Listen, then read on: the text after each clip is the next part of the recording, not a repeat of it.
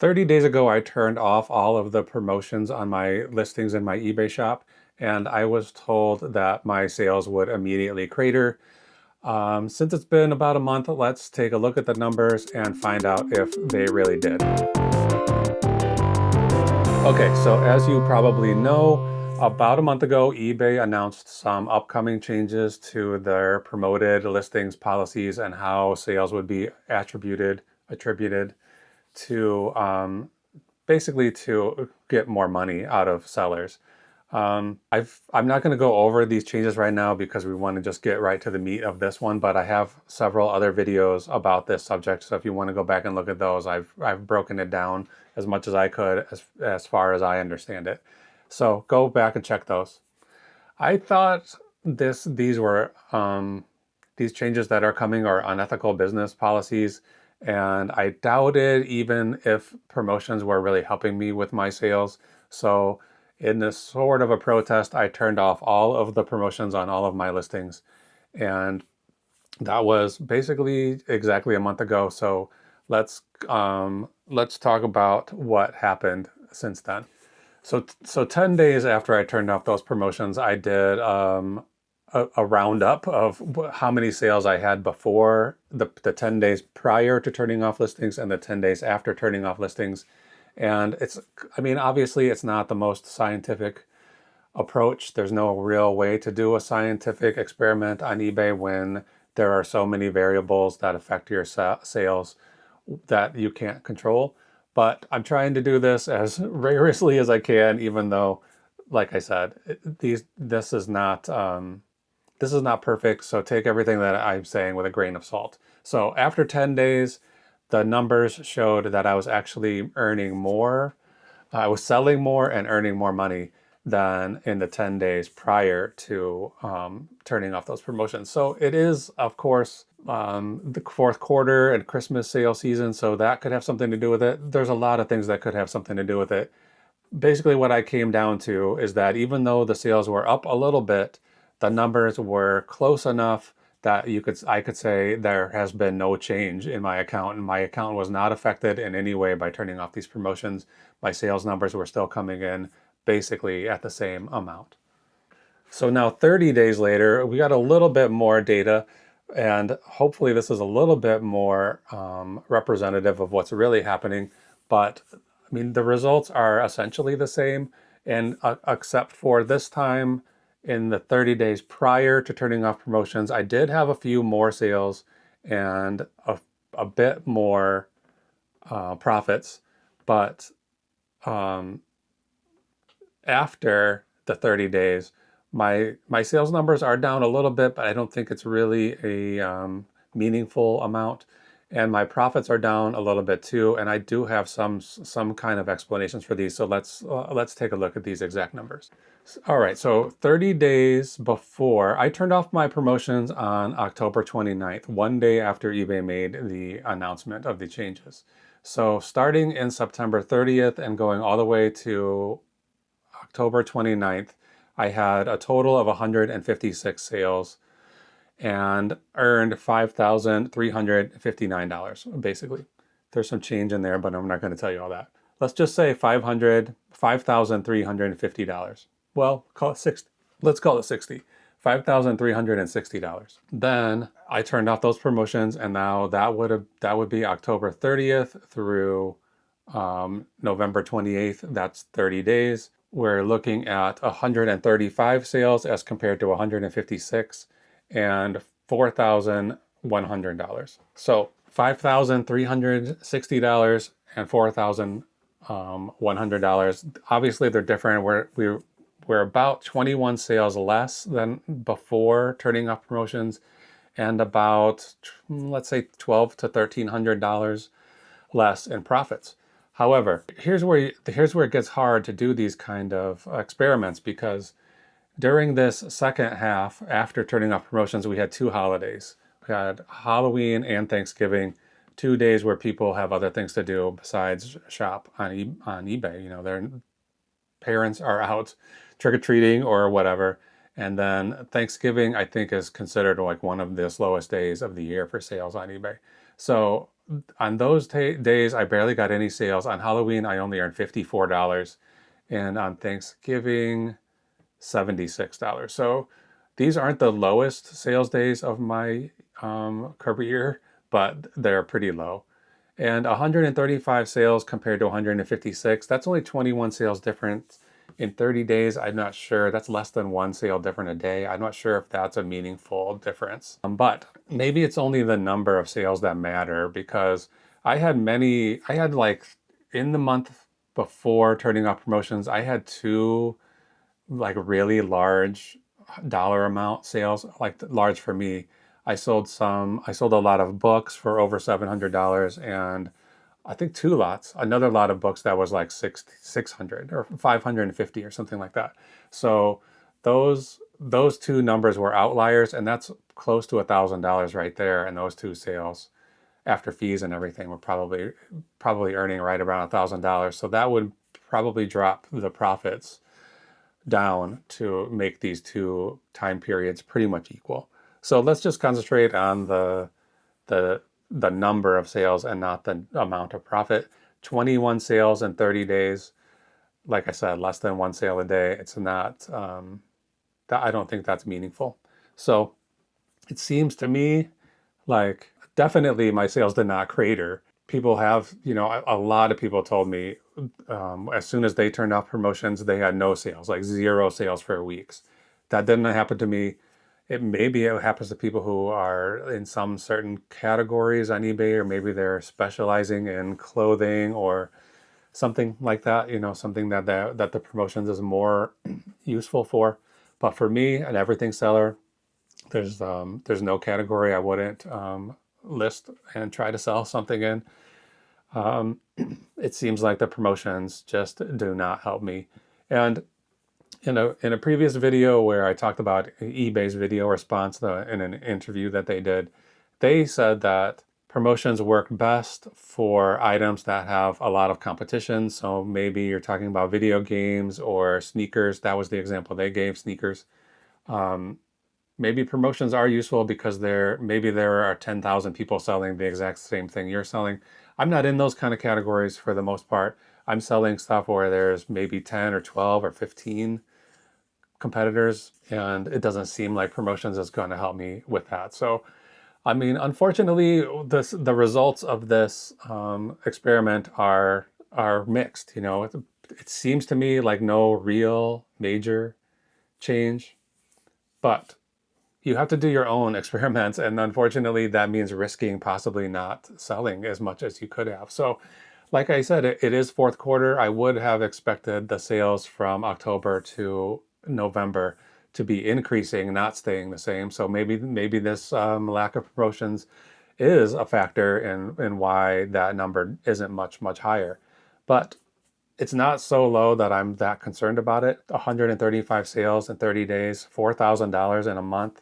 That's an amount of money that I'm happy to earn, and an amount of sales that I'm happy to take in. Of course, I would have liked to have more, but I'm not.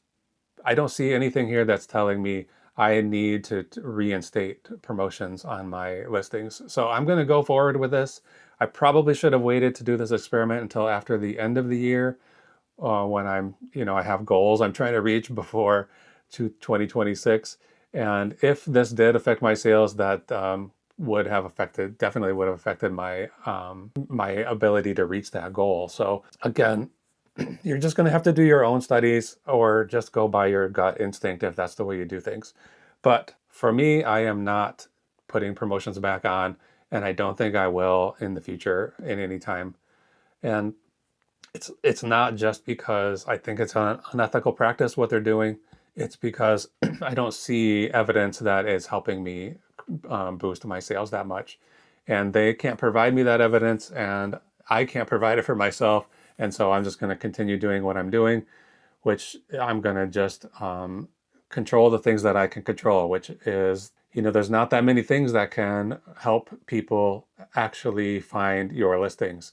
One of them is good titles.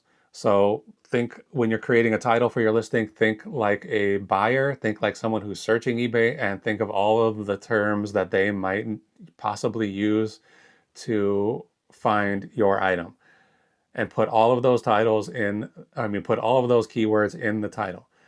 Put the ones that you think are the strongest at the front and the ones that are weakest at the back. Fill in the item specifics if you can. If you have the time to do that, fill in the item specifics. Don't go wild about it. Just put in the things that you think people would be searching for. So you never have to spend any time writing NA or not applicable or does not apply. That's a waste of your time. Don't do that. People will never be searching for the term does not apply. So item specifics are just extra keywords that people might be searching for. Take good photos. You don't have to be Ansel Adams, but take photos that show the item you're selling from all angles, and let people know exactly what they're buying. If it's not a perfect photo, it doesn't really matter as long as you can see what the item is and any flaws that are wrong with it or anything like that. Make sure to check competitors' prices and do not go crazy overpricing, because no one will buy your item for $50 if everybody else is selling it for $35. But don't go so low that you're affecting the market and providing a too good to be true scenario. So if everybody else is selling it for 40 and you put yours at 15, somebody might be questioning what's really going on here. Should I buy this, or should I buy the one that's $40? That's basically it. These are the things that you can do to get people to buy your items, and that's it. That's it. So, okay, I'm going to show you a few things that I picked up this last Friday at the Salvation Army that I'm going to get listed in my shop.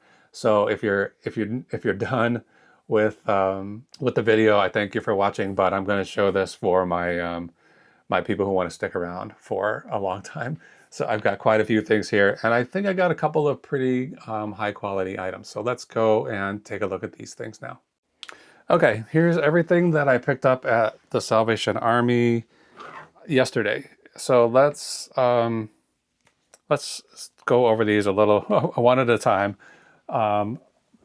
Here's a coffee mug. It's the Car Talk, the NPR radio show. This one's got some marker on the bottom I have to get off, so I'll do that in a minute. But yeah, this is a pretty rare mug. I guess these were probably given away to people who were donors to NPR stations. So they do pretty well. This one, there's only one that exactly the same as this that has sold, and there are no Car Talk mugs listed currently at all. So this one, I paid $2 for it. I'm going to try to list it for $37. I filmed myself in the store buying all this stuff, so that video will come out in about a week. I'm basically doing my regular daily videos come out every day of the week, and then I'm going to try to do a shopping video, like a eBay sourcing video at thrift stores or garage sales or whatever, once a week. So those will come out on Sundays, and they'll be available at least about a week early for channel members. So if you join up as a member, it's 99 cents a month. You'll get early access, like a week-long early access to those videos, and then maybe like 24 or 48-hour early access to all of my regular videos. Right here, this is a McCoy pottery, a little small vase. It's only about 3 inches tall. It's not marked, so you just have to go by the design and find others that are the same. I paid only $1 for this, and it's not worth much, maybe $15 or $16. Here's another piece of pottery. This is a fish. It's made by Chadwick Pottery in Japan. It's I got a little bit I think I made a mistake on this one because it has quite a few chips on it. There's one here, there's a couple on the lips, and they're all over the place in these little fins. But I saw like there are a bunch of very similar pots to this that were selling for like $80 to $90. So I thought, even with the chips, this one might be worth $25 or $30, and it was only, I think it was $2, $3. It was $2.99. So I bought it anyway, even with all these chips, thinking I could get $25 or $30 for it. But I might not, just based on the brand. I was doing an eBay image search, and maybe I was looking at a different company's fish that was very similar. That might be the one that was like 90 bucks. I'm still going to try to get $20 for this and hope for the best, but this one might not ever sell. Next up, I've got these two. We'll just stick with the ceramic stuff. I've got this cream and sugar set. This is Lord and Taylor, made in Taiwan expressly for Lord and Taylor. And this is, again, has some chips on it. I saw this tiny chip on the ear of the bunny and I was okay with it, but they had this lid on here wrapped with tape to keep it on, and then they put a price tag across here which covered up these chips on the top of this. So I thought this was, I paid $1 a piece for these, so $2. I thought I could sell it for like 20, but after seeing all these chips on here, I think I'll probably just try to do like 14 or even $12 and try to just move those. But these, again, might not ever sell. This will probably sell, but it might take a little while. Cleveland Indians Encyclopedia. This is by Schneider. What's his name? Russell Schneider. And this is an East End Press version, like a collector's edition. It has this really nice leather cover. It's made on higher quality paper with gilded edges, and it comes with a little book plate you can put in with put your name on it so people know it comes from your library. This was only $3, and there are two currently listed that are sealed. They're brand new, sealed in cellophane or shrink wrap, that are like 80 bucks or 70 or $80. There's one exactly like this that sold for like 28. But I think these, I don't know if there's a number in here, but I'm sure they're limited quantity. So I'm going to put this at 35, and I suspect it's going to sit for a little while, but it's a cool book for somebody who's a baseball Cleveland Indians fan. Okay, I've been trying to steer clear of clothing because I just don't like listing it. It takes a long time to sell, and I have quite a bit of it in my inventory already. But the Salvation Army for Black Friday was doing 50% off all clothing, so I did pick up some clothes. The first things I got were these 3 Amazon vests. They're only like $2 a piece. I think one was $2.50, a larger size one. I thought they were all the same size, which would make for an easy listing, but they're all, or I might just sell all 3 as in one listing, either a multi-quantity listing or just a lot of 3 vests. But it turns out they're all 3 different sizes, so this is going to be 3 individual listings. So basically $2 a piece, and I think they'll sell for like $20, $23 a piece, something like that. So I'm not sure if eBay is going to take those down. It's a real possibility they won't allow me to list those and sell them. I got this Dare hoodie. I think it's kind of tongue-in-cheek, like, because it has these kind of drug-addled happy faces on it, even though it says keeping kids off drugs. But it's not like a parody. It's official Dare, has an official Dare label in there. So this was $3, and there was one that sold for 36, but it seems more likely based on other sales that this is going to be like a $25 hoodie. So I'll happy to turn $3 into 25. I got this WFMT t-shirt. This is a local Chicago radio station. It's mostly like classical music. Maybe they do jazz and stuff on the weekends. I've sold some of their shirts before. They usually hire a local artist to design a shirt, and then the shirt will have the artist's signature on it. So then you have a double market. You're selling to WFMT radio fans, classical musical fans, and also fans of that artist. This one doesn't have a signature, but I still bought it. It was only $1.50, and I think I can get $23 for it. Brooks Brothers hoodie. This is like a sub-label called Red Fleece product line from Brooks Brothers. I don't know if that means it's higher quality or lower quality or what it means, but it feels pretty good quality. I thought this was going to be like a $36 shirt, but once I got home and did some research, I realized what I was looking at the store in my research there was long sleeve polos, and this is a short sleeve one. So it's probably, I paid $4 for it. It's probably going to go for 20, maybe a little less. I'm not sure, because of that short sleeve. And I finally, and clothing, I got this Marvel Punisher, the Punisher, you know, from Marvel Comics. This is like a parody kind of a football jersey.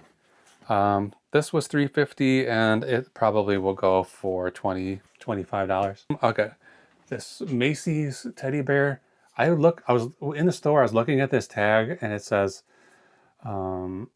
Macy, it says MAY apostrophe 19. And so I assumed that meant this came out in May 19th, but I don't know. But then when I got it in the car, I see it has like 2019 printed, embroidered right on his foot. So definitely a 2019 bear. I think they do these every year at the holidays. Holiday Lane, Sparkle and Shine, Macy's. So annual bear. The one from 2020 sold for like $36. This one, I don't find any sales history, but I'm gonna go for that general price, like $25 to $35, probably 27. This thing is called a slumber pod. It's like basically a tent to go over a child's bed, blackout tent, or to go over like a playpen or something. It says bottomless structure designed to fit over standard play yard. This this was $12.99, or let's say $14 after tax. And it was, I didn't film getting this because it was up right by the cash register as I was checking out. So 14 bucks for this. It's going to go for 110 to 115, something like that. And then finally, the last thing I picked up there was this set of Oster clippers, hair clippers. They're like the good quality ones, kind of professional level clippers, and they have this American flag pattern on it that says, what does it say? Operation Homefront somewhere is what they call this. Probably from, you know, like the Gulf War era. These are both made in the USA, the clippers and then the little trimmers like for mustaches and beards and stuff. And in the case with some guards and some other utensils for cleaning and stuff. This is potentially a pretty good sale. I think I paid like $10 for it, but after I've like assigned cost of goods to all these other things, I'm calling this a $7 purchase, and it's gonna go for. I'm gonna list it for 160, and I think it probably will end up eventually going for 120. But pretty good pickup. I'm happy with that.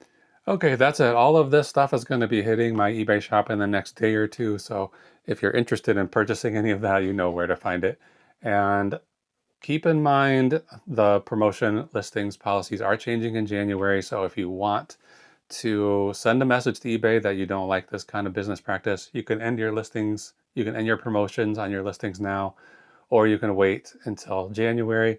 Or if you've done the research and you've decided you want to continue to go with promoted listings, more power to you. I hope it works out for you. Thanks for watching. That's it for today. We'll see you again next time.